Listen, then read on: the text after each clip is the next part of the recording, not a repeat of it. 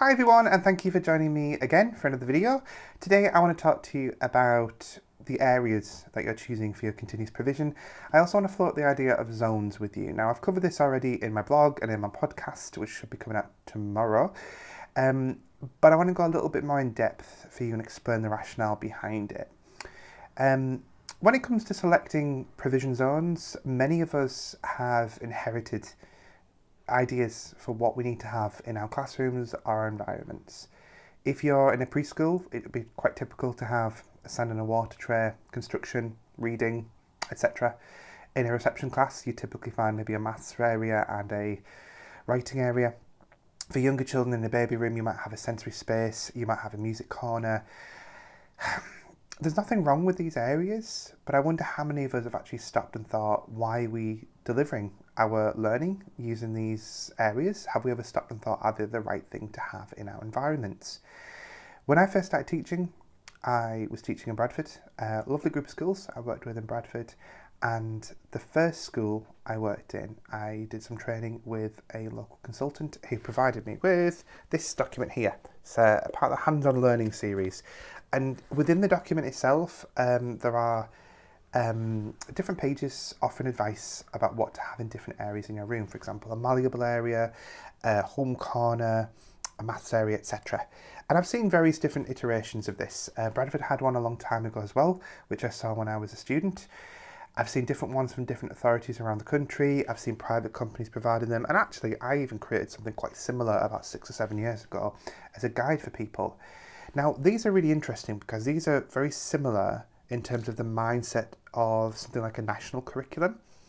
It's giving you ideas, and of course you don't have to follow them, but it's quite generic advice. And of course there's nothing wrong with this document, but some people take it quite wholesale as if this is what I've got to provide. And you might find some companies who might sell an entire provision area all made up with certain resources contained within it. But if you think quite carefully about your unique culture, if you're working in inner city Bradford and you compare yourself to a friend's school where it might be a rural school in Devon, your children come at it from very different points of view with different backgrounds, different communities, different, perhaps even different languages, lots of different things. And the likelihood is they will have different skills and knowledge that they already had learned, before they came to you. So why are we providing the same resources and the same provision areas in the same schools or different schools for different children? So these days it's all about personalisation, and that's why these documents aren't produced anymore. It's about recognising that each individual child, each individual school, each individual provision area needs to reflect the unique culture of your environment.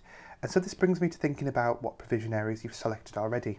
If you've just gone back to school or into a setting in the last few weeks, the chances are you've spent some time over the summer, or even perhaps before the summer, maybe even a training day when you came back, setting up 1 or 2 different provision areas. I imagine most of you have probably got things like a reading area and construction, etc. I wonder if you've stopped and asked yourself why.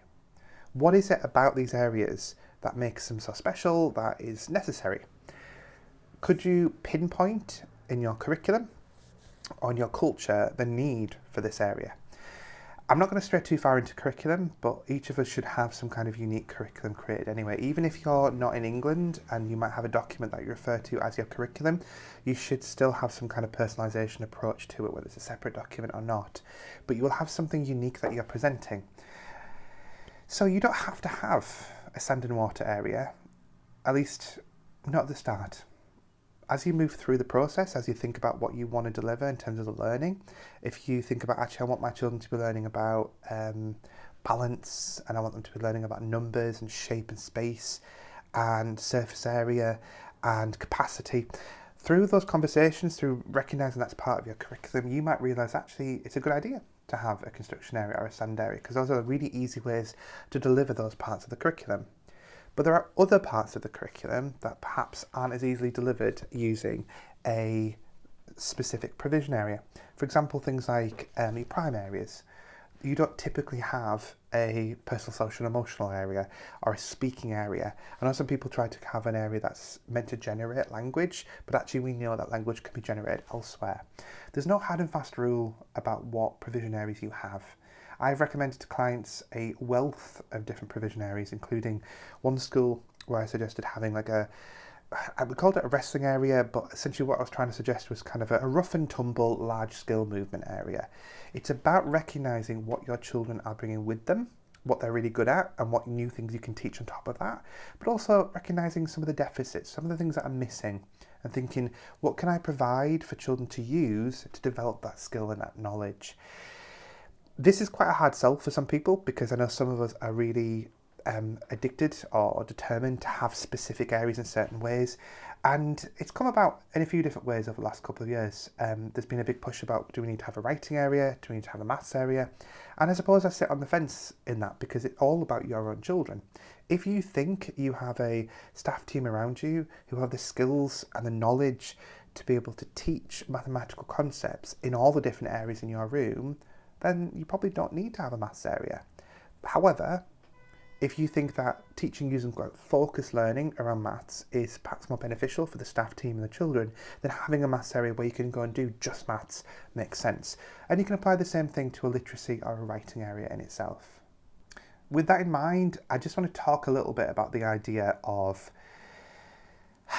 do we need to have an area, or do we need to have a zone? Now, if you're interested in developing individual areas, I do recommend you check out the blog. I talk about developing a messy area or like a tough spotter area, and I can support you through the coaching club if you want to talk about specific areas. But I want to think a bit more broadly about what we're trying to learn and achieve in these different areas, and why a zone might be more useful. So I talked about sand and water quite a bit. And if you think about what we're learning in sand and water areas, especially if we have something like a dry sand area, which, you know, way back when it was essentially have a wet sand area, a dry sand area, and if you can't do dry sand, you might have water because, you know, it pours. But realistically, sand and water operates in much the same way. There's very little difference in terms of what you can achieve in terms of the learning with them. There are some offshoots, but when it comes down to it, a lot of it has a lot of overlap. You also find that overlap in lots of other areas too. Say mark making and much of sort of the creative realm, such as painting, gluing and sticking. Again, most of it's about generating fine motor skills and control, imaginative play, language development. And so because of that, is it worth creating broader areas that encompass these areas where you're able to create more opportunities by having essentially more space and more resources? And that's where the idea of areas comes in. I advocate for having a messy area, although some people don't like to call it a messy area, but they prefer creative area. That's fine. Within your area, your zone, your creative zone, you'd have your painting, your gluing and sticking, your writing, your mark making, essentially anything where children are able to use tools to be creative. You then have a movement area, which would usually incorporate your construction area, your loose parts, your small world, and your maths, because the skills and knowledge associated with those areas overlap so much. And then eventually, you'd have something like a home area. Your home area is generally your home corner, but you would also add into that things like your snack, your baking, and your Play-Doh, which I know is a bit controversial, but check out the blog for me, where I'll explain it a little bit better for you. I've worked with quite a few clients now who have transitioned to having areas, and by doing so, they're able to clump the resources together because they had overlap before. They used to have buckets and spades in lots of different areas, or spoons or something else in lots of different areas. By creating a bigger zone, they're able to add more in. That allows for more depth because there's more resources available and allows for more creative play. Now, a few of the clients I'm sure will be happy to share with you some pictures, but I've worked with private nurseries, childminders, and with schools, and all three groups have found this to be very beneficial to their practice. It's just something to consider. That applies to sort of indoor areas. Outdoors, it's a little bit different, and I'll cover that in a future episode too. The lesson here really is you don't have to follow any particular plan about what provision areas you have in your room. In fact, if you've got an academy trust or a nursery group, if you're part of those things, and you have some kind of guidance or stipulation about what areas you should have, you need to ask yourself and your leaders, why do I need to have those things in my area? Because you know your children best, and if you can suggest a provision area, such as the lab that I put on my blog, if it's going to be better for the children, then arguably that's the right move to make. If you're interested in finding out more about this, I'm more than happy to support you. I'm also happy to offer individual advice through the coaching club. Check out my social media. I'll be advertising that over the next few weeks too. Next video is coming in a couple of weeks. If you've got any questions, please pop them in the comments below. Do remember these videos are quite short. I appreciate that. They're not perfect because I'm not a videographer. I do this as a sort of side thing. If there's something you'd like me to cover or go in more depth in a future video, please let me know and I'll happily put that into a future video. Alright guys, stay safe, chat soon.